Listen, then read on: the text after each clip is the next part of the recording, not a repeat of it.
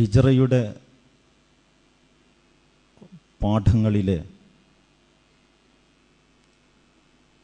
പ്രധാനപ്പെട്ടതും ശ്രദ്ധേയവുമായ ഒരു പോയിൻ്റാണ് കഴിഞ്ഞ ഖുതുബയിൽ നമ്മൾ ചർച്ച ചെയ്തത്. അതുപോലെ ചരിത്രം പഠിക്കുന്നവർക്ക് ആവേശം നൽകുന്ന ഒരുപാട് വശങ്ങൾ ഹിജ്റയുമായി ബന്ധപ്പെട്ട് നമുക്ക് കാണാവുന്നതാണ്. റസൂലുള്ളാഹി സ്വല്ലല്ലാഹു അലൈഹി വസല്ലമയോട് ആ പ്രവാചകന്റെ അനുചരന്മാർക്കുണ്ടായിരുന്ന സ്നേഹം ഇവർ മക്കയിൽ നിന്ന് മദീനയിലെത്തിയ ശേഷം ഇവിടെ നിന്നങ്ങോട്ട് യാത്ര പോയ മുഹാജിറുകളും അവരെ സ്വീകരിക്കാൻ സർവാത്മന സന്നദ്ധത പ്രകടിപ്പിച്ച അൻസാറുകളും തമ്മിലുള്ള സാഹോദര്യ ബന്ധം ഇത് വളരെ ശ്രദ്ധേയമായ ഒരു കാര്യമായി അല്ലാഹു സുബ്ഹാനഹു വ തആല തന്നെ വിശുദ്ധ ഖുർആനിൽ എടുത്തു പറഞ്ഞിട്ടുള്ളതാണ്. മദീനക്കാരുമായി നമ്മൾ നേരത്തെ സൂചിപ്പിച്ചതുപോലെ, നേരത്തെ എന്ന് പറഞ്ഞാൽ കഴിഞ്ഞ ഖുതുബയിൽ സൂചിപ്പിച്ചതുപോലെ, 1 2 അഖബ ഉടമ്പടികളോടുകൂടി തന്നെ അധികം താമസിയാതെ റസൂലുള്ളാഹി സ്വല്ലല്ലാഹു അലൈഹി വസല്ലമ മദീനയിലെത്തും എന്ന് ഖുറൈശികൾക്കറിയാം. വളരെ കൃത്യമായി കലണ്ടറും ഡേറ്റും കാര്യവും ഒന്നും തീരുമാനിക്കാൻ കഴിയുന്നതല്ല അന്നത്തെ അവരകപ്പെട്ട അവസ്ഥ. ഒരു ചെറു സംഘം ഒരു വലിയ ജനതയുടെ കണ്ണിൽ കരടായി മാറുകയും രക്ഷപ്പെടാൻ പഴുതു തേടിക്കൊണ്ടിരിക്കുകയും ചെയ്യുമ്പോൾ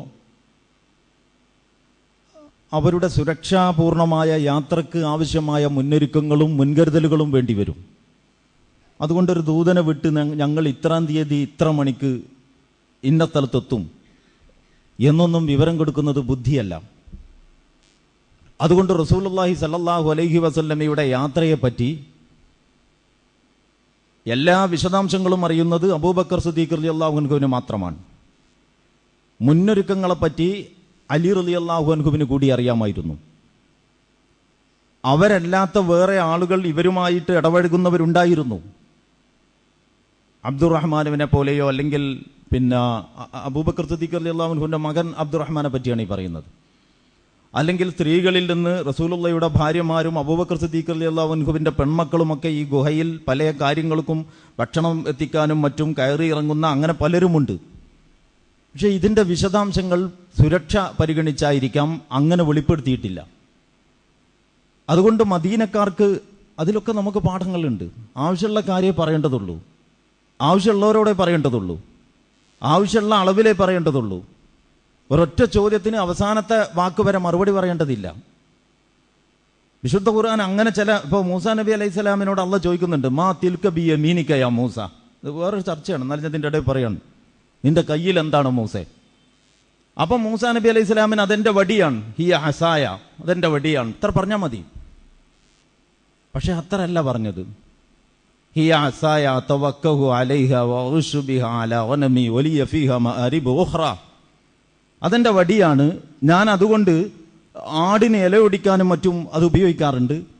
ആവശ്യമുള്ള സന്ദർഭത്തിൽ അതിൽ ഊന്നി നിൽക്കുകയോ അല്ലെങ്കിൽ കുത്തിപ്പിടിച്ച് വഴി കണ്ടെത്താനോ കുഴി കണ്ടെത്താനോ ഒക്കെ ഉപയോഗിക്കുകയോ ഒക്കെ ചെയ്യാറുണ്ട്. വേറെയും പല ഉപകാരങ്ങളും ഉണ്ട് എന്ന് പറഞ്ഞാൽ വടിയെ പറ്റിയുള്ള അത്യാവശ്യം വിവരണം അങ്ങോട്ട് നൽകിയിരിക്കുകയാണ്. ഇത് അല്ലാഹു സുബ്ഹാനഹു വ തആല നമുക്ക് സംസാര രീതി പഠിപ്പിക്കല്ല. ഇവിടെ സംസാര രീതി ഇങ്ങനല്ല, അത് വേറൊരു സ്ഥലത്ത് ഒരുപാട് സ്ഥലത്ത് ഖുർആൻ പഠിപ്പിച്ചിട്ടുണ്ട്. ഇതെന്താണ് സംഭവം എന്ന് ചോദിച്ചാൽ, ഈ വടിയാണ് പിന്നെ ഇടുന്നത്, ആ വടിയാണ് പാമ്പാകുന്നത്. അപ്പൊ ഈ വടിക്ക് ഇങ്ങനെ സർപ്പമാകാൻ കഴിയുന്ന ഒരു വകുപ്പുമില്ല ഈ മൂസാ നബിയുടെ മനസ്സിൽ എന്ന് ഇത് വായിക്കുന്നവന് ബോധ്യപ്പെടണം. അതാണ് വടിയെക്കുറിച്ചുള്ള ആ മറുപടി വിസ്തരിച്ചുദ്ധരിക്കുമ്പോൾ അള്ളാഹ് ഉദ്ദേശിച്ചത്. പറയേണ്ടതേ പറയണ്ടൂ, പറയേണ്ടവരോടെ പറയാവൂ, പറയേണ്ട അളവിലേ പറയേണ്ടതുള്ളൂ, എല്ലാ സത്യവും പറയണമെന്നില്ല, പറയുന്നത് സത്യമാകണം എന്നേ ഉള്ളൂ. അങ്ങനെ ഒരുപാട് മര്യാദകൾ സംസാരവുമായിട്ട് ബന്ധപ്പെട്ടുണ്ട്. അതെൻ്റെ വിഷയമല്ല. ഞാൻ പറഞ്ഞു വന്നത് റസൂലുള്ളയുടെ യാത്രയെപ്പറ്റി അങ്ങനെ എല്ലാവർക്കും അറിയുമായിരുന്നില്ല. പക്ഷെ മദീനക്കാർക്കറിയാം റസൂലുള്ള എത്തും, ഏതാണ്ട് ഈ ആഴ്ചക്കകം എത്തും. കാരണം രണ്ടാം അഖബ ഉടമ്പടി കഴിഞ്ഞ് ഒരു 2.5 മാസത്തോളം അവർ മദീനയിൽ പോയി കാത്തിരിക്കുകയാണ് റസൂലുള്ള വരുന്നതും പ്രതീക്ഷിച്ച്. അപ്പോൾ സ്വാഭാവികമായിട്ടും നാളുകൾ ഇങ്ങനെ ഓരോന്ന് കഴിയുന്നിടത്തോളം പ്രതീക്ഷ വെക്കുന്നവരുടെ എണ്ണം കൂടും. അങ്ങനെയാണല്ലോ. നമ്മളിപ്പോൾ മൊബൈൽ ഫോണൊന്നും ഇങ്ങനെ വിളിച്ച് പറഞ്ഞിട്ട് ഓരോ ഇറക്കത്തിൻ്റെയും ഇരുത്തത്തിൻ്റെയും ഓരോ ഘട്ടവും ഇങ്ങനെ ഈ വാർത്ത ലൈവ് ബ്രോഡ്കാസ്റ്റ് പോലെ ചെയ്തുകൊണ്ടിരിക്കുന്ന ഒരു പ്രവണതയുണ്ടല്ലോ ഇന്ന്. ഞാൻ ഇപ്പോൾ ബസ് കയറി, ഇല്ല ഇറങ്ങി, അത്രയൊന്നും യഥാർത്ഥത്തിൽ ആവശ്യമില്ല. അപ്പം അനാവശ്യമായ ഒരുപാട് കാര്യങ്ങൾ നമ്മൾ ചെയ്തുകൊണ്ടിരിക്കുന്നുണ്ട്. അപ്പോൾ അങ്ങനെ രീതിയിൽ കൈകാര്യം ചെയ്യാവുന്ന ഒരു വിവര സാങ്കേതിക വിദ്യയോ സാഹചര്യമോ ഇവർക്കിടയിലില്ല.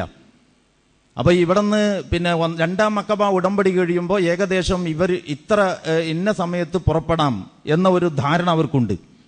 ആ ധാരണ വെച്ചുകൊണ്ട് മദീനക്കാർ കാത്തിരിക്കുകയാണ് റസൂലുള്ളയെ. ഓരോ ദിവസം കഴിയുന്നിടത്തോളവും ഇന്നത്തേതിനേക്കാളേറെ നാളെ വരാൻ സാധ്യത കൂടും. അങ്ങനെയാണല്ലോ. നാളത്തേക്കാൾ നടന്നു വരുന്ന ഒരു സംഘം നാളത്തേതിനേക്കാൾ സാധ്യത മറ്റന്നാളത്തേക്കുണ്ട്. കാരണം കുറേയും കൂടി എന്തായാലും എത്തിയിട്ടുണ്ടാവുമല്ലോ. അപ്പോൾ ഒരു 3 ദിവസം കാത്തിരുന്ന ആളുകൾ 4ാമത്തെ ദിവസം കൂടുതൽ പ്രതീക്ഷ വെക്കുകയാണ് ചെയ്യുക, അല്ലാതെ നിരാശപ്പെടില്ല. കാരണം റസൂലുള്ള വരും എന്നത് അവർക്ക് ഉറപ്പാണ്. ചുരുക്കി പറഞ്ഞാൽ മദീനക്കാരങ്ങനെ റസൂലുള്ളയെ കാത്തിരിക്കുകയാണ്. നല്ല ഉഷ്ണ സമയത്താണ് റസൂലുള്ളയുടെ ഹിജറ.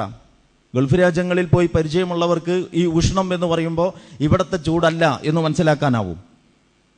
അങ്ങനത്തെ ആ ചൂടിൽ എന്ന് പറഞ്ഞാൽ സുബഹി നിസ്കരിച്ച് ഒരു 7 മണിയാകുമ്പോഴേക്ക് ഇവിടുത്തെ ഒരു മെയ് മാസത്തിലെ ഒരു 12 മണിയുടെ ചൂടുണ്ടാവും സൂര്യനും. ഒരു അതിശയോക്തി ഇല്ലാതെയാണ് ഞാൻ പറയുന്നത്. അതായത് നല്ല വേനൽക്കാലത്ത് പകല് കുറവും രാത്രി കൂടുതലുമാണ്.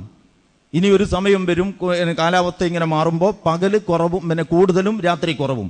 ഉഷ്ണകാലം അങ്ങനെയാണ്.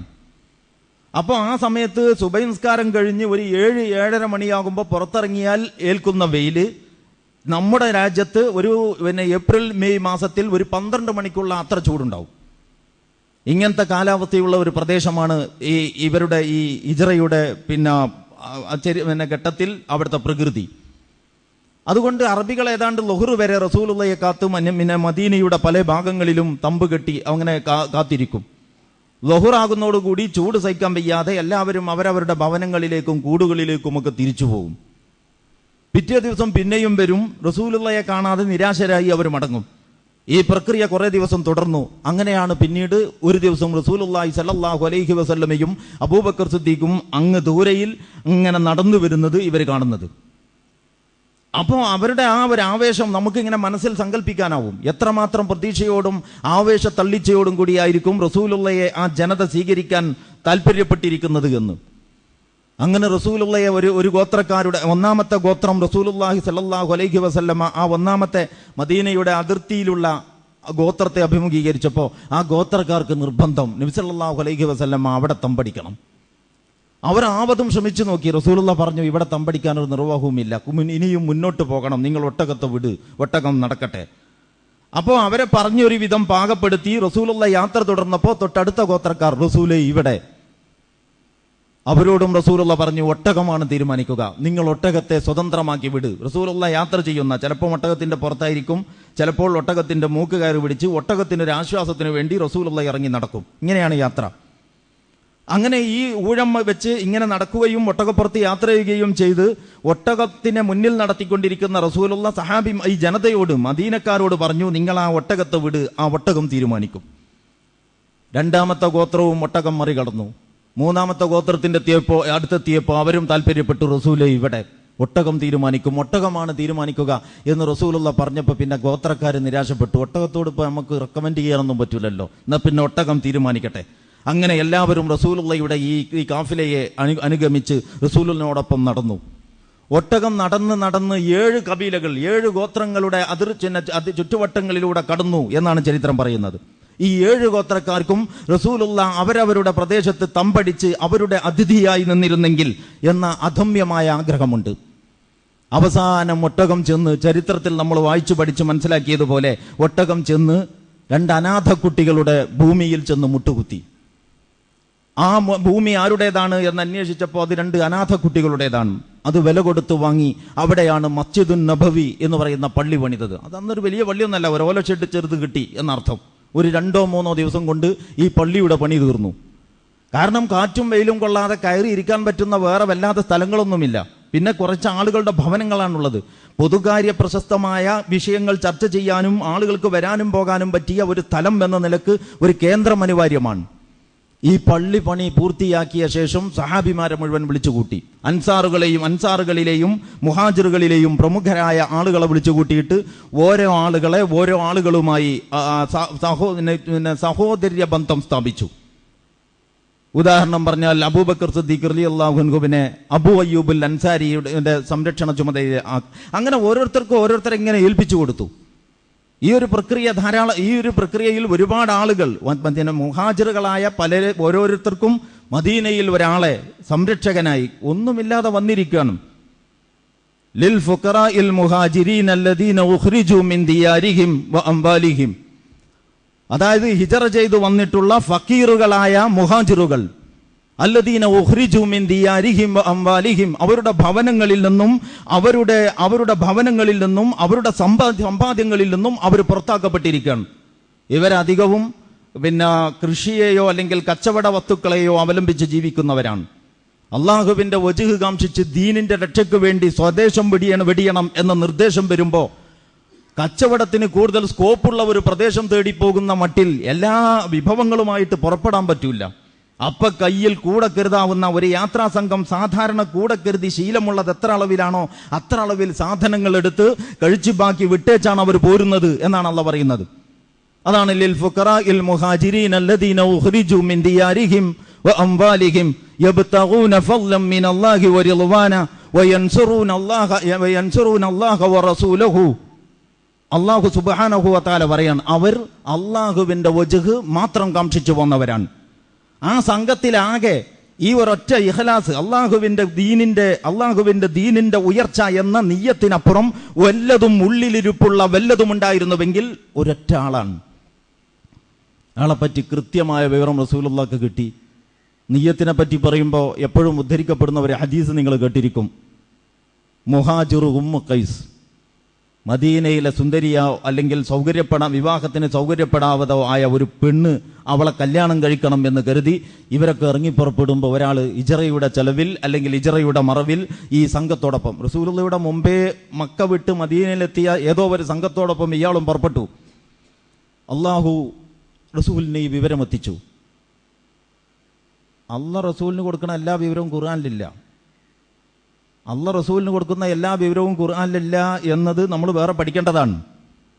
അതായത് അള്ളാഹുവിൽ നിന്ന് റസൂലിന് കിട്ടുന്ന വഹയുകളിൽ രേഖപ്പെടുത്തപ്പെടലും പാരായണവും ഉദ്ദേശിച്ച വഹയുകളുടെ സമാഹാരമാണ് ഖുർആൻ. എന്ന് പറഞ്ഞാൽ ജിബ്രീൽ മുഖാന്തരം റസൂലുള്ളാഹിക്ക് ലഭിച്ച വഹയിന്റെ സമാഹാരമാണ് ഖുർആൻ. ജിബ്രീലിനെ കൂട്ടാതെ ഒന്നുകിൽ അശരീരി കണക്കോ അല്ലെങ്കിൽ ഇൽഹാമ കണക്കോ അള്ളാഹു റസൂലിനോട് സംസാരിച്ചാൽ ആ സംസാരങ്ങളൊക്കെയും സുന്നത്തിന്റെ ഭാഗമാണ്. അതുകൊണ്ട് അതാണ് റസൂലുള്ളാഹി സ്വല്ലല്ലാഹു അലൈഹി വസല്ലം പറഞ്ഞത്, ഇന്നമൽ അഅ്മാലു ബിന്നിയാത്ത് വ ഇന്നമാ ലികുല്ലി ഇംറിഇൻ മാ നവാ ഫമൻ കാനത് ഹിജ്റതുഹു ഇലല്ലാഹി വറസൂലിഹി ഫഹിജ്റതുഹു ഇലല്ലാഹി വറസൂലിഹി വമൻ കാനത് ഹിജ്റതുഹു ഇലാ ദുനിയാ യുസീബുഹാ അവ ഇംറഅത്തിൻ യതസവ്വജുഹാ ഫഹിജ്റതുഹു ഇലാ മാ ഹജറ ഇലൈഹി. അപ്പോൾ ഹിജ്റ ഓരോരുത്തരുടെയും ഉള്ളിലിരിപ്പനുസരിച്ചാണ്. ഏത് കാര്യവും നമ്മളുടെ ഉള്ളിലിരിപ്പനുസരിച്ചാണ്. ഒരാളൊരു കാര്യത്തിന് ഇറങ്ങി പുറപ്പെടുമ്പോൾ അയാളുടെ ഉള്ളിന്റെ ഉള്ളിൽ സാക്ഷാൽ പ്രചോദനം എന്തോ അതാണ് അയാളുടെ നിയ്യത്ത്. അതല്ലാതെ നാവ് കൊണ്ട് അയാൾ പറയുന്നതല്ല. അതുകൊണ്ട് എന്നിട്ട് അല്ലാഹു സുബ്ഹാനഹു വ തആല അല്ലാഹുവിന്റെ റസൂൽ പറയാൻ, അല്ലാഹുവിന്റെ വഹയിന്റെ അടിസ്ഥാനത്തിൽ റസൂലുള്ളാഹി സ്വല്ലല്ലാഹു അലൈഹി വസല്ലം പറയാൻ, വല്ലവനും വല്ല ഭൗതികമായ നേട്ടവും അല്ലെങ്കിൽ ഒരു സ്ത്രീയെ വിവാഹം ചെയ്യാനോ ഉദ്ദേശിച്ചാണ് ഇറങ്ങിപ്പുറപ്പെടുന്നതെങ്കിൽ ഫഹിജ്റതുഹു ഇലാ മാ ഹാജറ ഇലൈഹി, അവൻ ഏതിലേക്കാണോ ഹിജറ പോയത് അതിലേക്കാണ് അവന്റെ ഹിജറ. അത് അള്ളാഹുവിന്റെ മാർഗത്തിലുള്ള ഹിജറയല്ല.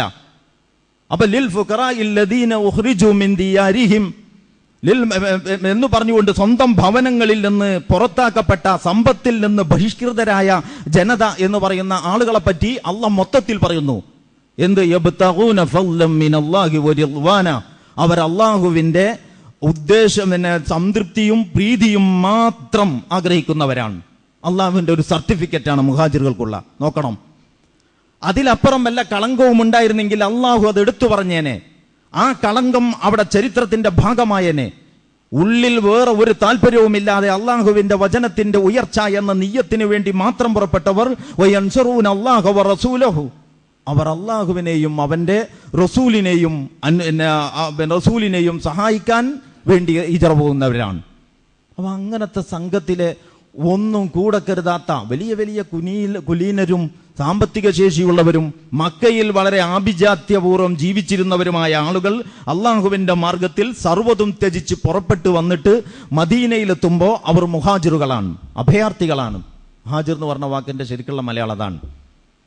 അങ്ങനെ ഈ അഭയാർത്ഥികളായി വന്നിട്ടുള്ള ഈ ആളുകൾക്ക് അൻസാരികളായ അവരെ സ്വീകരിക്കുകയും അവർക്ക് സംരക്ഷണം നൽകുകയും ചെയ്യാൻ സന്നദ്ധരായ അൻസാരികൾ അവരെ പരിപൂർണമായി ഏറ്റെടുത്തിരിക്കുകയാണ്. സൂറത്തുൽ അശ്റിലെ 8-ാമത്തെയും 9-ാമത്തെയും സൂക്തങ്ങൾ നിങ്ങൾ വായിച്ചു നോക്കൂ. വല്ലദീന തബവ്വഉദ്ദാറ വൽ ഈമാന മിൻ ഖബലിഹിം വയുഹിബ്ബൂന മൻ ഹാജറ ഇലൈഹിം വലാ യജിദൂന ഫീ സുദൂരിഹിം ഹാജത്തൻ മിമ്മാ ഊതു ويؤثرون على أنفسهم ولو كان بهم خصاصة ومن يوق شح نفسه فأولئك هم المفلحون والذين تبوأوا الدار والإيمان من قبلهم. ഈ മക്കക്കാര് മക്ക വിട്ട് ഇത്രയും ത്യാഗം സഹിച്ച് മദീനയിലെത്തുന്നതിന്റെ മുന്നേ റസൂലുള്ളയുടെ പക്ഷത്ത് നിലയുറക്കുകയും അങ്ങനെ ഇവരെ സ്വീകരിക്കാൻ പറ്റുന്ന ഒരു സാഹചര്യം ഒരുക്കുകയും ചെയ്ത ആളുകൾ. അള്ളാഹ് പറയാണ് അൻസാറുകളെ പറ്റി പറയാൻ. മുഹാജിറുകളെ കുറിച്ച് നേരത്തെ പറഞ്ഞല്ലോ ആയത്തിൽ. അവർ അള്ളാഹുവിന്റെ പ്രീതി മാത്രം കാംക്ഷിക്കുന്നവരും അള്ളാഹുവിനെയും റസൂലിനെയും സഹായിക്കുന്നവരുമാണ്. അവരുടെ ഉള്ളിലിരുപ്പിൽ ഒരു കലർപ്പുമില്ല. വല്ലതുമുണ്ടെങ്കിൽ അത് റസൂലിനാൽ അനാവരണം ചെയ്യപ്പെട്ടു. അതൊരൊറ്റ വ്യക്തിയുടെ കഥയാണ്. മനുഷ്യന്റെ ഉള്ളിൽ ഒരു ഒളിപ്പിച്ചു വെച്ചത് മുഴുവൻ അറിയാൻ പറ്റുന്ന രാജാതിരാജൻ മുഹാജിറുകൾക്ക് സർട്ടിഫിക്കറ്റ് കൊടുത്തിരിക്കുകയാണ്. നിങ്ങളുടെ നിയ്യത്ത് കലർപ്പറ്റതാണ്. എന്നിട്ട് പിന്നെ ഇവരെ പറ്റി പറയാണ് വല്ലദീന തബവ്വഉദ്ദാറ വൽ ഈമാന മിൻ ഖബലിഹിം. ഈ മുഹാജിറുകൾ അവിടെ നിന്ന് ഇങ്ങോട്ട് വരുന്നതിന് മുമ്പ് തന്നെ മദീനയിൽ മണ്ണൊരുക്കുകയും ഇവരെ സ്വീകരിക്കാൻ സജ്ജമായിരിക്കുകയും ചെയ്ത ആളുകൾ. ഒനീമത്ത് സ്വത്തിന്റെ ഒരു വിഹിതം അവർക്കു കൂടിയുള്ളതാണ് എന്ന് പറയാനാണ് അള്ളാഹ് ഈ ആയത്തിൽ ഇത് പറയുന്നത്. അത് മാത്രമല്ല പക്ഷേ ആയത്തിന്റെ അർത്ഥം, ആയത്തിന്റെ ഉള്ളടക്കം. അപ്പോൾ ഇങ്ങനെ ഈ വന്ന ഈ ജനത എന്താണ്? അവരെ സംബന്ധിച്ചിടത്തോളം യുഹിബ്ബൂന മൻ ഹാജറ ഇലൈഹിം, അവരിലേക്ക് ഹിജ്റ ചെയ്തു വന്നവരെ ഇവരങ്ങേയറ്റം സ്നേഹിക്കുന്നു. വലാ യജിദൂന ഫീ സുദൂരിഹിം ഹാജത്തൻ മിമ്മാ ഊതു. ഈ മുഹാജിറുകളായ ഒരു സംഘം ഇങ്ങോട്ട് വന്ന് കയറിയിട്ടുണ്ടല്ലോ. അതിൽ ആണുങ്ങളുണ്ട്, പെണ്ണുങ്ങളുണ്ട്, കുട്ടികളുണ്ട്, സാമ്പത്തിക ശേഷിയുള്ളവരുണ്ട്, കാണാൻ നല്ല ഭംഗിയുള്ള യുവതികളുണ്ട്. എല്ലാ വിഭാഗത്തിലും പെട്ട ഒരു സംഘമാണല്ലോ അന്യരാജ്യത്ത് നിന്ന് അഭയാർത്ഥികളായി ഇങ്ങേ പ്രദേശത്തേക്ക് വന്നിരിക്കുന്നത്, മദീനയിലേക്ക് വന്നിരിക്കുന്നത്. അള്ളാഹ് പറയാണ് ആ സംഘത്തെ ഈ സംഘം സ്വീകരിക്കുമ്പോൾ അവർക്ക് ഇവിടെ ഒരു അവസരം കൊടുത്താൽ അയാൾ ഇന്ന മുതലാളി ഉണ്ടല്ലോ, നമ്മൾ എപ്പോഴെങ്കിലും മക്ക ചെല്ലുകയാണെങ്കിൽ നമുക്ക് ഇന്ന ഗുണം കിട്ടും, അല്ലെങ്കിൽ കുറച്ച കാലം ഇവിടെ താമസിപ്പിച്ചാൽ അതിൽ ഇന്നവളെ വേണമെങ്കിൽ ഇവർ പക്ഷേ വിവാഹം ചെയ്യാൻ ഒത്തേക്കാം. ഇങ്ങനെ പരസ്യപ്പെടുത്താൻ പറ്റുന്നതോ നല്ലതോ ആയ, നിലവാരമുള്ളതോ ഇല്ലാത്തതോ ആയ ഒരജണ്ടയും ഈ വന്നവരുടെ കാര്യത്തിൽ ഈ സ്വീകരിച്ചവർക്കില്ല. അതാണ് എന്ത് വലാ യജിദൂന ഫീ സുദൂരിഹിം ഹാജത്തൻ മിമ്മാ ഊതു. അവരുടെ ഈ വന്നവരെ സ്വീകരിച്ചവരുണ്ടല്ലോ, ഈ അൻസാറുകളായ ആളുകൾക്ക് അവരിലേക്ക് വന്നു ചേർന്ന സംഘത്തെക്കുറിച്ച് ഒരു ഇടൻ അജണ്ടയുമില്ല. ഉള്ളിൽ വേറെ ഒരു കാര്യലാഭവുമില്ല. അള്ളാഹുവിന്റെ മാർഗത്തിൽ ഹിജ്റ ചെയ്തു വന്നവരെ സേവിക്കുക എന്ന ഒരൊറ്റ നിയ്യത്തല്ലാതെ വേറൊന്നുമില്ല. അള്ളാഹ് പറയാണ്. അതുമാത്രമല്ല വയൂസിറൂന അലാ അൻഫുസിഹിം വലൗ കാന ബിഹിം ഖസാസ. അവരിപ്പോ ഈ മുഹാജിറുകളെ സ്നേഹിച്ചിട്ട് ഇവരുടെ ആവശ്യം തന്നെ മാറ്റിവെച്ച് അവരുടെ ആവശ്യത്തിന് പ്രഥമ പരിഗണന നൽകിയിരിക്കുകയാണ്. ഈ ആയത്തൊരു പ്രത്യേക പശ്ചാത്തലത്തിലാണ് ഇറങ്ങിയത്. നേരത്തെ ഞാൻ പറഞ്ഞു, മദീന പള്ളിയുടെ അഥവാ മസ്ജിദുൻ നബവിയുടെ പണി പൂർത്തിയാക്കിയതിനു ശേഷം നബി സല്ലല്ലാഹു അലൈഹി വസല്ലം മുഹാജിറുകളെ അൻസാറുകളിൽ ഓരോരുത്തരുമായിട്ട് പിന്നെ ഒരു സൗഹൃദം സാഹോദര്യം സ്ഥാപിക്കുകയാണ്. നല്ല ജീവിച്ചു പോവുള്ളൂ. എവിടെയെങ്കിലും ടെന്റ് വെട്ടി കഴിയാൻ പറ്റൂലല്ലോ. ഒരു ജനത രൂപപ്പെട്ടു വരണമല്ലോ. അപ്പോൾ ഓരോ സഹാബിയും വേറൊരു മുഹാജിറിനെ ഒരു അൻസാരിയെ ഏൽപ്പിക്കുകയാണ്. ഓരോ മുഹാജിറിനെയും ഓരോ അൻസാരിയെ. ഇങ്ങനെ ഏതാണ്ട് കുറെ ആളുകളൊക്കെ ഏൽപ്പിച്ചു. എന്നിട്ട് മഗ്രിബോ ഇഷയോ ഏതോ ഒരു നമസ്കാരത്തിന്റെ സമയത്ത് ലിസ്റ്റിലൊന്നും പെടാതെ ഏൽപ്പിക്കപ്പെടാത്ത ഒരു അഭയാർത്ഥി പാവം. അപ്പൊ അയാൾ നമസ്കാരമൊക്കെ കഴിഞ്ഞപ്പോൾ റസൂൽ എൻ്റെ കാര്യമോ? അപ്പൊ റസൂലുള്ള പരസ്യമായിട്ട് ഇനിയിപ്പോൾ ഓരോരുത്തരും അറിയാവുന്നവരോടും ഒരു വക ഏൽപ്പിക്കാൻ പറ്റുന്നവരൊക്കെ ഏൽപ്പിച്ചു കഴിഞ്ഞു, ഇനി ആരുമില്ല. അപ്പൊ റസൂലുള്ളാഹി സ്വല്ലല്ലാഹു അലൈഹി വസല്ലം ഈ സഹോദരനെ പേര് പറയാതെ ഒരു സഹോദരനെ അള്ളാഹുവിന്റെ മാർഗത്തിൽ ഒരു സഹോദരന് ആതിഥ്യം അരുളാൻ കഴിയുന്നവരാരാണ് എന്ന് പള്ളിയിൽ വിളിച്ചു ചോദിച്ചു. അപ്പൊ സാസിന്ന് ഒരാൾ എണീറ്റു, ഒരു മനുഷ്യൻ, ആളെ പേര് ചരിത്രത്തിൽ കണ്ടില്ല. ഒരു സഹാബി എണീറ്റു, ഒരു മദീനക്കാരനായ ഒരുത്തൻ എണീറ്റു, റസൂലെ ഞാൻ കൊണ്ടുപോയിക്കോളാം, എന്നാൽ നീ അയാളുടെ കൂടെ പോയിക്കോ. റസൂലുള്ള ഈ മനുഷ്യനെ അയാളുടെ മുമ്പിൽ കൂടെ പറഞ്ഞയച്ചു. ആ ഹദീസ് റിപ്പോർട്ട് ചെയ്ത പിന്നെ സഹാബി പറയണം, അതിനു മുമ്പ് റസൂലുള്ള തൻ്റെ വീട്ടിലേക്ക് ആളെ അയച്ചിട്ട് ഇങ്ങനെ ഒരാൾക്ക് ഭക്ഷണം കൊടുക്കാൻ പറ്റുമോ, എന്നാൽ പിന്നെ പള്ളിയിൽ കിടക്കാൻ സൗകര്യം ചെയ്തു കൊടുക്കാം. അപ്പോൾ അവിടെ വെള്ളമല്ലാതെ ഒന്നുമില്ല എന്ന് റസൂലുള്ളയുടെ ഭാര്യമാർ റിപ്പോർട്ട് കൊടുത്തു, മറുപടി പറഞ്ഞു. അതുകൊണ്ട് പിന്നെ അതിഥിയെ വീട്ടിൽ കൊണ്ടുപോകാൻ നിർവാഹമില്ലാത്തതുകൊണ്ടാണ് റസൂലുള്ള പരസ്യമായിട്ട് ചോദിക്കുന്നത്, ആരാണ് ഇയാൾക്ക് ആതിഥ്യം അരുള? ഒരു രാത്രി കഴിഞ്ഞാൽ അത്രയും ആയല്ലോ. വറുതിയും പട്ടിണിയുമാണ് അവരുടെ ജീവിതത്തിന്റെ ഭാഗം അന്ന്. അപ്പോൾ അങ്ങനെ ഈ സഹാബിയെയും കൊണ്ട് ഈ മനുഷ്യൻ റസൂലുള്ളയുടെ സാസിൽ നിന്ന് ഏറ്റുവാങ്ങി വീട്ടിൽ ചെന്നിട്ട് പറഞ്ഞു, നമുക്കൊരു അതിഥിയുണ്ട്, അള്ളാഹുവിന്റെ റസൂലിന്റെ അതിഥിയാണ്. അപ്പോൾ ഭാര്യ പറഞ്ഞു, നമ്മുടെ ചെറിയ കുട്ടികൾക്കുള്ള ഭക്ഷണം അല്ലാതെ ഒന്നും ഇവിടെ ഇല്ലല്ലോ, അത് വിഷയാക്കണ്ട, നമുക്കിന്ന് ആ ഭക്ഷണം അദ്ദേഹത്തിന് കൊടുക്കാം. അങ്ങനെ ഹദീസുകളിൽ കാണാം. ഖുർആൻ ആയത്തിന്റെ അവതരണത്തിന്റെ പശ്ചാത്തലമായി തഫ്സീറുകളിൽ നിങ്ങൾക്ക് കാണാം. ഭക്ഷണം ഈ കുട്ടികൾക്ക് കൊടുക്കേണ്ട ഭക്ഷണം പാകം ചെയ്തു കഷ്ടിച്ച് ഒരാൾക്ക് കൊടുക്കാനുള്ളതുണ്ട്. അത് പാചകം ചെയ്തിട്ട് മേശപ്പുറത്ത് കൊണ്ടുവന്ന് വെച്ചു, അല്ലെങ്കിൽ ഭക്ഷണം സുപ്രയിൽ വെച്ചു. എന്നിട്ട് രണ്ടുപേരും ഈ ആതിഥേയനും അതിഥിയും ഭക്ഷണം കഴിക്കാൻ മുഖാമുഖം ഇരുന്നു. ആതിഥേയൻ സൂത്രത്തിൽ വിളക്കണച്ചു. എന്നിട്ട് ഭക്ഷണം കഴിക്കുന്നത് പോലെ ഭാവിച്ചു. ഇയാൾ കഴിക്കുന്നുണ്ടല്ലോ എന്ന് വിചാരിച്ച് മറ്റേ ആള് ആ ഉള്ള വെളിച്ചത്തിൽ ആ ഇരുട്ടിൽ അങ്ങനെ ഭക്ഷണം കഴിച്ച് തീർത്തു. അങ്ങനെ അയാൾക്ക് അയാളുള്ള ഭക്ഷണം അദ്ദേഹം തൃപ്തിയാകോളം കഴിച്ചു എന്ന് ഉറപ്പ് വന്ന ശേഷം ഇവർ വിളക്ക് തെളിയിച്ച് സ്വാഭാവികത കൈവരുത്തി. ഇതിനെപ്പറ്റിയാണ് അള്ളാഹ് പറയുന്നത്, അപ്പൊ റസൂലുള്ള പറയാണ്, ഇന്നലെ രാത്രി അള്ളാഹു ചിരിച്ചു ഈ മനുഷ്യന്റെ തന്റെ മാർഗത്തിൽ ഇജർ ചെയ്തു വന്ന ഈ സഹോദരനോടുള്ള സ്നേഹം കണ്ടിട്ട്. അപ്പൊ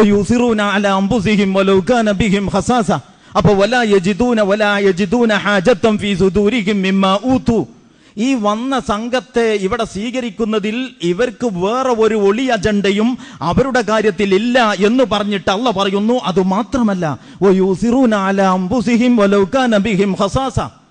അവര് സ്വന്തം കാര്യം മാറ്റിവെച്ച് മറ്റുള്ളവരുടെ കാര്യത്തിന് പ്രാമുഖ്യം കൊടുക്കുകയാണ്.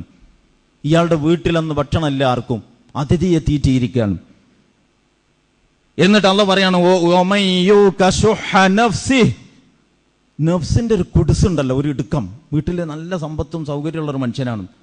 എന്തെങ്കിലും ഒരു സഹായം വേറൊരാൾക്ക് കൊടുക്കണം എന്ന് പറയുമ്പോൾ ഇയാൾക്കൊരു ഇടങ്ങേറ്. ഒരു പിരിവുകാരൻ കാണുന്നത് കയറി വരുമ്പോൾ തന്നെ ഒരു ശല്യം എന്ന ഒരു മാനസികാവസ്ഥ. ഒരു വീട്ടിലേക്ക് ഒരു അതിഥി വരുമ്പോൾ ഇന്നിപ്പം അയാളുണ്ടാവുമോ, എപ്പോഴാ പോവുകയെന്നാവോ എന്ന് ഉള്ളിൻ്റെ ഉള്ളിലൊരു തോന്നൽ. നമ്മൾ സംഘത്തംഗമായി യാത്ര ചേരുമ്പോഴോ നമ്മൾ കുറച്ചാളുകൾക്ക് ഒരുപാട് ആളുകൾ ഉണ്ടാവുകയും കുറച്ച് വിഭവങ്ങളാവുകയും ചെയ്യുന്ന ഏതെങ്കിലും ഒരു സന്ദർഭം നിങ്ങൾ ആലോചിച്ച് നോക്ക്. നമ്മളൊരു യാത്രയിലാണ്, കുറച്ച് ഭക്ഷണമേ കൂടെ ഉള്ളൂ, കൂടുതൽ ആളുകൾക്ക് ഉണ്ട്. നമ്മളിപ്പോൾ ഭക്ഷണം വിതരണം ചെയ്യാന്ന് പറഞ്ഞാൽ ഇതിങ്ങനെ വന്നുകൊണ്ടിരിക്കും എന്ന് വരുത്തുമ്പോൾ എൻ്റെ മുമ്പിൽ വെച്ചത് എൻ്റെ അപ്പുറത്തെ സുഹൃത്തിൻ്റെ മുന്നിലേക്ക് നീക്കാൻ ഒരു പ്രയാസമില്ല. അത് ത്യാഗമല്ല. ഇനി വരാനില്ല, ഈ വന്നത് അവസാനത്തെ പ്ലേറ്റാണ്, എന്നിട്ട് ഇത് ഇവിടെ നിന്ന് അങ്ങോട്ട് നീങ്ങോ, അവിടെയാണ് പ്രശ്നം. അതാണ് അല്ലാഹു സുബ്ഹാനഹു വ തആല പറയുന്നത്, കഴിച്ചിനി ഒന്നുമില്ല ഇവർക്ക് മിച്ചമായിട്ട് കയ്യിൽ. അങ്ങനെ ഇരിക്കുമ്പോൾ ഇവരിതങ്ങ് എല്ലാം അങ്ങ് ത്യജിക്കുകയാണ്. അങ്ങനെ ത്യജിക്കണമെങ്കിൽ സാധാരണ ഉദാരത പോരാ. അതാണ് നഫ്സിന്റെ ഒരു കുടുസുണ്ടല്ലോ, ആ കുടുസിൽ നിന്ന് വല്ലവനും വിമോചനം നേടിയാൽ അവരാണ് വിജയികൾ. ഇതാണ് അൻസാരികളുടെ ത്യാഗം എന്ന് പറയുന്നത്.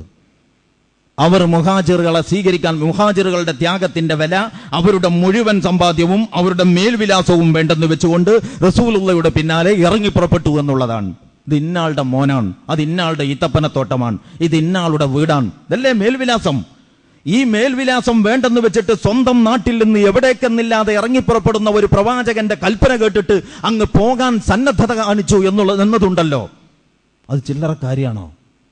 അങ്ങനെ വരുന്ന ഒരു കൂട്ടരെ അവരിൽ നിന്ന് എന്തെങ്കിലുമൊക്കെ വസൂലാക്കാമെന്നോ അവരെ കൊണ്ട് നമ്മുടെ ഇന്ന ആവശ്യങ്ങൾ പൂർത്തീകരിക്കാമെന്നോ ഉള്ള യാതൊരു മാനസികാവസ്ഥയുമില്ലാതെ നിഷ്കളങ്കമായി അവരെ സ്നേഹിച്ചു, സ്വീകരിച്ചു എന്ന് മാത്രമല്ല, തനിക്ക് പ്രിയപ്പെട്ടതൊക്കെ അവർക്ക് കൊടുത്തു. സ്വന്തം ആവശ്യത്തെക്കാൾ അവരുടെ ആവശ്യത്തിന് പ്രാമുഖ്യം നൽകി.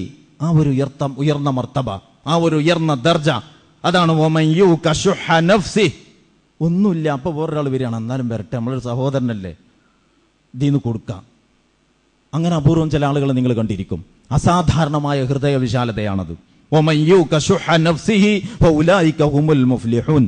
അങ്ങനെ ഈ മനസ്സിന്റെ കുടുസായ അവസ്ഥയിൽ നിന്ന് മോചനം നേടിയവൻ ആരോ അവനാണ് വിജയിക്കുന്നത്. അല്ലാത്ത ആളുകളെ സംബന്ധിച്ചിടത്തോളം അവർ ഈ കുടുസിൽ തന്നെയാണുള്ളത്. മനസ്സിന്റെ വിശാലതയുള്ളവന്, നമ്മുടെ നാടൻ ഭാഷയിൽ പറയല്ലോ, ഒരു മണ്ടെങ്കിൽ വലക്കുമലും കിടക്കാന്ന്. മനസ്സിന്റെ വിശാലതയുള്ളവന് ഏത് കുടുസായതും ഏത് ദാരിദ്ര്യാവസ്ഥയും സമ്പന്നമാക്കാൻ കഴിയും. മനസ്സ് ദരിദ്രമായ ഒരാളെ സംബന്ധിച്ചിടത്തോളം ഏറ്റവും വലിയ സമ്പന്നതയിൽ വരെ അയാൾ വറുതിയും പട്ടിണിയും അനുഭവിക്കും, അസ്വസ്ഥത അനുഭവിച്ചുകൊണ്ടിരിക്കും. അയാളോട് ഇടപഴകുന്നവരും അയാളോട് സഹവസിക്കുന്നവരും അയാളോട് സഹകരിക്കുന്നവരും ഒന്നിച്ച് ജീവിക്കുന്നവരും ആ വറുതിയുടെയും ഇല്ലായ്മയുടെയും ഒരു രുചി ആസ്വദിച്ചുകൊണ്ടിരിക്കും. നല്ല ധനികനായിരിക്കും ആൾ. ഇങ്ങനെ മനുഷ്യന്മാരെ നമുക്ക് കാണാം. അപ്പൊ അള്ളാഹ് ഒരു കാലഘട്ടത്തിൽ ഒരു ജനതക്ക് മൊത്തം ഈ സർട്ടിഫിക്കറ്റ് കൊടുത്തിരിക്കുകയാണ്. എന്നോ അങ്ങനത്തെ ഒരു മനുഷ്യൻ നമ്മുടെ കൂട്ടത്തിലുണ്ടാവും. അത് ഏത് കാലത്തുണ്ടാവും. എവിടെയോ തെരഞ്ഞു നോക്കിയാൽ അപൂർവനായിട്ട് ഒരു നല്ലയാൾ. എന്താണ് അൻസാറുകളുടെയും മുഹാജികളുടെയും വില എന്ന് ചോദിച്ചാൽ ഇങ്ങനെ ഒരാളുണ്ടായി എന്നല്ല, അങ്ങനെ ഒരു ജനത ഒരു കാലത്ത് ജീവിച്ചു എന്നുള്ളതാണ്. അതാണ് അസ്സാബിഖൂനൽ അവ്വലൂന മിനൽ മുഹാജിരീന വൽ അൻസാർ വല്ലദീന തബഊഹും ബിഇഹ്സാൻ റളിയല്ലാഹു അൻഹും വറളൂ അൻഹു വഅഅദ്ദ ലഹും ജന്നാത്തുൻ തജ്രി തഹ്തഹൽ അൻഹാർ ദാലികൽ ഫൗസുൽ അളീം. അസ്സാബിഖൂനൽ അവ്വലൂന മിനൽ മുഹാജിരീന വൽ അൻസാർ, മുഹാജിറുകളിലും അൻസാറിലും പെട്ട ഏറ്റവും ആദ്യം ഹിജ്റ പോവുകയും മുമ്പേ നടക്കുകയും ചെയ്ത സംഘമുണ്ടല്ലോ, വല്ലദീന തബഊഹും ബിഇഹ്സാൻ. നമ്മൾ നിരാശപ്പെടണ്ട. നല്ല കാലം കഴിഞ്ഞു, പുണ്യത്തിന്റെ ആ പൂമഴ, പുണ്യത്തിന്റെ ആ പെരുമഴ അവസാനിച്ചു എന്ന് ബേജാറാകണ്ട. അതുകൊണ്ട് അള്ളാഹ് നമുക്ക് സമാധാനമാകാൻ വേണ്ടി, നമുക്ക് എന്ന് പറഞ്ഞാൽ എല്ലാ ലോകാവസാനം വരെയുള്ള വിശ്വാസികളിലും സന്മനസ്സുള്ളവർക്ക് സമാധാനമാകാൻ വേണ്ടി, ഉദ്ദേശശുദ്ധിയുള്ളവർക്ക് സമാധാനമേകാൻ വേണ്ടി ഒരു വാക്കുകൂടി അതിനോട് ചേർത്തിരിക്കണം. എന്ത്?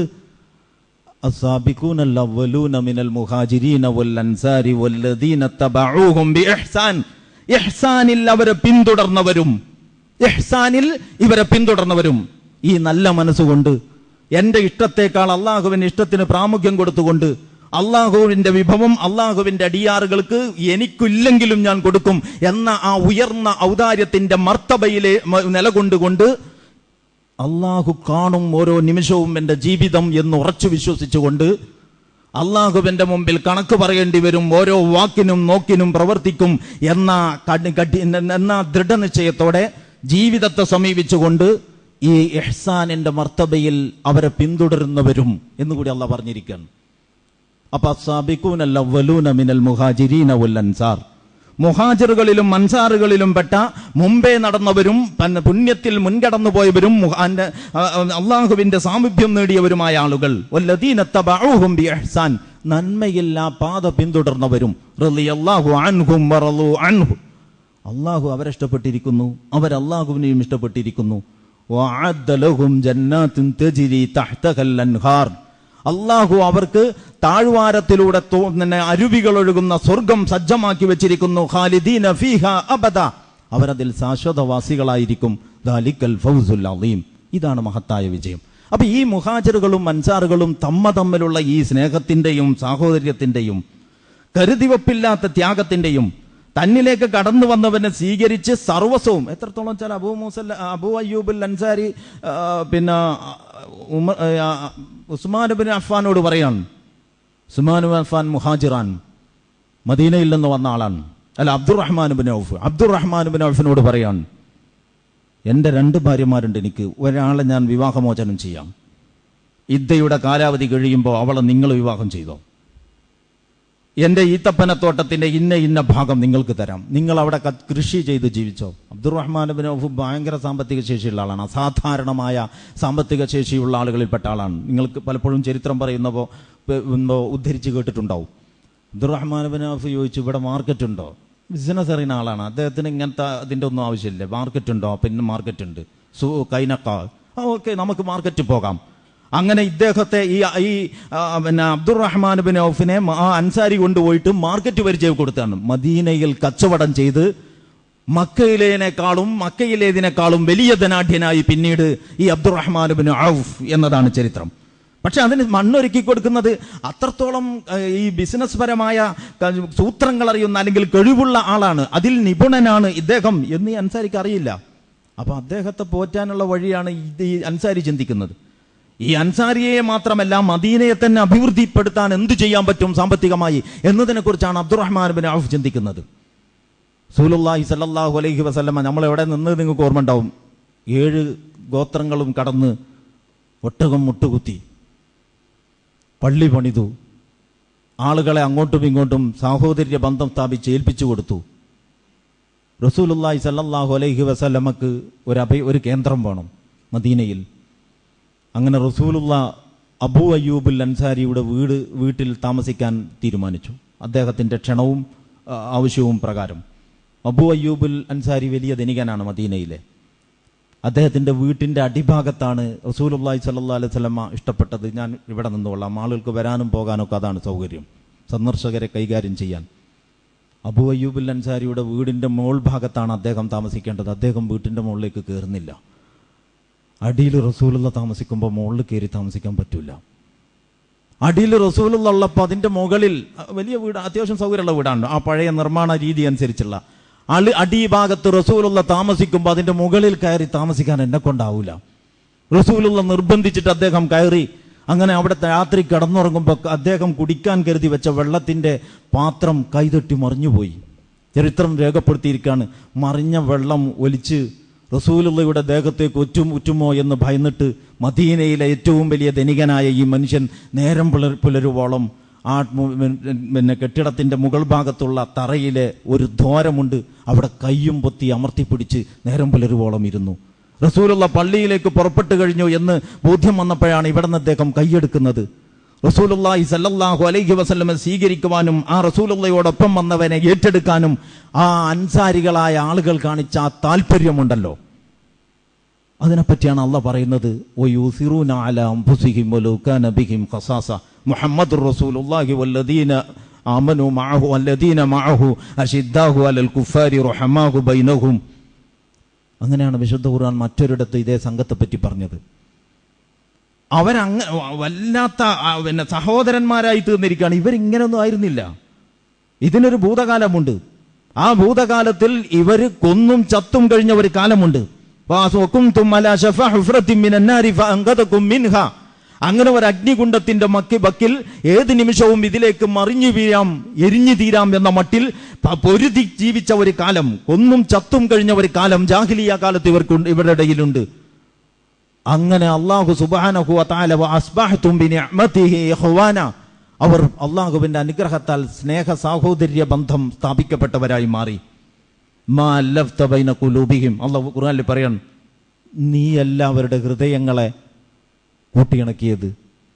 ഭൂമിയിലെ മുഴുവൻ വിഭവങ്ങളും ചെലവഴിച്ചിരുന്നുവെങ്കിലും അവരുടെ ഹൃദയങ്ങളെ ചേർത്തു വെക്കാൻ നിനക്കാകുമായിരുന്നില്ല. വലാകിൻ അല്ലഫ ബൈന ഖുലൂബിഹിം. അപ്പൊ ഹൃദയങ്ങൾക്കിടയിൽ അള്ളാഹു അവന്റെ ആദർശ പൊരുത്തത്തിൽ അതിൻ്റെ ഒരു അനുഗ്രഹമായിട്ട് അവരുടെ നിഷ്കളങ്കതയുടെ, അവരുടെ കാപഢ്യമില്ലാത്ത ഇസ്ലാമാശ്ലേഷത്തിന്റെ ഫലമായിട്ട് ഇസ്ലാമിന്റെ മുഴുവൻ മൂല്യങ്ങളും ആ ജനതയുടെ ജീവിതത്തിൽ നിറഞ്ഞു നിന്നു. ഹിജ്റയുടെ പശ്ചാത്തലത്തിലെ ചരിത്രം വായിക്കുമ്പോൾ വളരെ മനോഹരമായി കാണുന്ന ഇതുപോലെയുള്ള ഒരു ചരിത്ര പശ്ചാത്തലം മുമ്പിൽ വെച്ചുകൊണ്ട് നമ്മൾ എവിടെ നിൽക്കുന്നു എന്നതിനെക്കുറിച്ച് നമ്മൾ ചിന്തിക്കണം. അത് ഹിജ്റയിലെ വളരെ വലിയൊരു പാഠമാണ്. നമ്മളുടെ താല്പര്യങ്ങളും റസൂലിൻ്റെ താല്പര്യങ്ങളും മുമ്പിൽ വരുന്നിടത്ത് നമ്മൾ എവിടെ നിൽക്കുന്നു? നമ്മളുടെ കുടുംബത്തിലെ ആചാരങ്ങളും മാമൂലുകളും സമ്പ്രദായങ്ങളും ഒരു വശത്തും അള്ളാഹുവിൻ്റെ ദീനിൻ്റെ ഒരു കൽപ്പന മറുവശത്തും നിൽക്കുമ്പോൾ നമ്മൾ ഏതിന് പ്രാമുഖ്യം കൊടുക്കുന്നു? നമ്മൾ ഏത് ആവശ്യത്തിൻ്റെ പക്ഷത്ത് നിൽക്കുന്നു? നമ്മൾ ഏതിനെ കൊള്ളുന്നു, ഏതിനെ തള്ളുന്നു? നമ്മൾ അള്ളാഹുവിന്റെ ദീനിന്റെ ഒരു അനിവാര്യ ആവശ്യത്തിന് വേണ്ടി സാമ്പത്തികമോ ശാരീരികമോ ആയി ലേശം ക്ലേശിക്കേണ്ടി വരുമ്പോൾ ആ മുഹാജിറുകളുടെയും ആ അൻസാറുകളുടെയും പിന്തുണക്കാരായി സ്വർഗത്തിൽ പ്രവേശിക്കാൻ ആഗ്രഹിച്ചും പ്രാർത്ഥിച്ചും നിൽക്കുന്ന നമ്മൾ എവിടെ നിൽക്കുന്നു? ഹിജ്റയുടെ പാഠങ്ങളിൽ ഇങ്ങനെ നമ്മളെ ഓരോരുത്തരെയും ഇരുത്തി ചിന്തിപ്പിക്കുന്നതും നമ്മളെ കണ്ണീരണിയിപ്പിക്കുന്നതും നമ്മുടെ മനസ്സിനെ വേദനിപ്പിക്കുന്നതും നമ്മളുടെ മനോമുകുരങ്ങളെ ത്രസിപ്പിക്കുന്നതുമായ നിരവധി കഥകളുണ്ട്. ആ കഥകളിലേക്ക് ഞാൻ കടക്കാതെ അതിൻ്റെ ഒരു പൊതുചിത്രം വരച്ച് കാണിക്കുകയാണ് ചെയ്തത്. ഈ ജനതയെക്കുറിച്ച് നിങ്ങൾ ചിന്തിക്കണം. ഈ ജനതയെ സഹിച്ച ത്യാഗത്തിന്റെ വില നിങ്ങൾ മനസ്സിലാക്കണം. ആ ത്യാഗത്തിന്റെ വിലയിൽ നിന്നാണ് ഇന്നും ഇസ്ലാമിന്റെ പേരിൽ അഭിമാനം കൊള്ളാൻ സാഹചര്യം നമുക്ക് ഒരുങ്ങിക്കിട്ടിയത് എന്ന് നമ്മൾ ഓർക്കണം. അവർക്ക് വേണ്ടി പ്രാർത്ഥിക്കണം, അവരുടെ വഴിയെ സഞ്ചരിക്കാൻ പ്രയത്നിക്കണം. അല്ലാഹു സുബ്ഹാനഹു വ തആല നമുക്ക് അതിനുള്ള തൗഫീക്ക് നൽകുമാറാകട്ടെ. നേരത്തെ ഓതിയ ആയത്തിൽ സൂചിപ്പിച്ചതുപോലെ അസ്സാബിഖൂനൽ അവ്വലൂന മിനൽ മുഹാജിരീന വൽ അൻസാരി വല്ലദീന തബഊഹും ബിഇഹ്സാൻ. അള്ളാഹുവിന്റെ മാർഗത്തിൽ ഹിജറ ചെയ്തവരും ആ ഹിജറ ചെയ്തവരെ സ്വീകരിക്കാൻ ഞാൻ എന്ന നിൽക്കും മത്സരിച്ചവരും ഈ രണ്ട് ജനതയുടെയും വഴിയെ എക്കാലത്തും സഞ്ചരിക്കുന്നവരും റളിയല്ലാഹു അൻഹും വറളു അൻഹു. അള്ളാഹു അവരെയും അവർ അള്ളാഹുവിനെയും തൃപ്തിപ്പെട്ടിരിക്കുന്നു, അവർക്ക് വേണ്ടി സ്വർഗം സജ്ജം എന്നല്ല പറയുമ്പോൾ അങ്ങനെ സ്വർഗത്തിൽ പ്രവേശിക്കാൻ ഈ മഹാന്മാരോടൊപ്പം സ്വർഗത്തിൽ ഒത്തുകൂടാൻ ഉള്ള തൗഫീക്ക് പടച്ചവൻ നമുക്ക് പ്രദാനം ചെയ്യുമാറാകട്ടെ.